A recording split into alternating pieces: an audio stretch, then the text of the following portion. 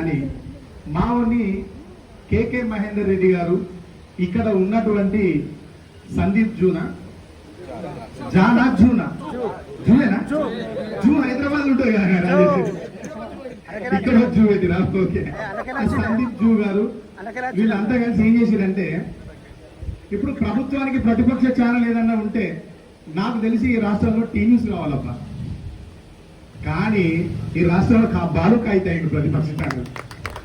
ఇంతకంటే ఏం కావాలి నీకు? నువ్వు కష్టపడ్డదానికి మీ ఎవరం గుర్తించలేదు, కానీ కేకే మహేందర్ అన్నవును ఆ జూ అనేది ఆయన ఇద్దరు బాగా గుర్తించింది. బాగా మనం వాళ్ళని అభినందించి వాళ్ళకు శాలువ కప్పి సన్మానం చేసి దండేసి వాళ్ళని పూలు తల్లి పంపించాలి.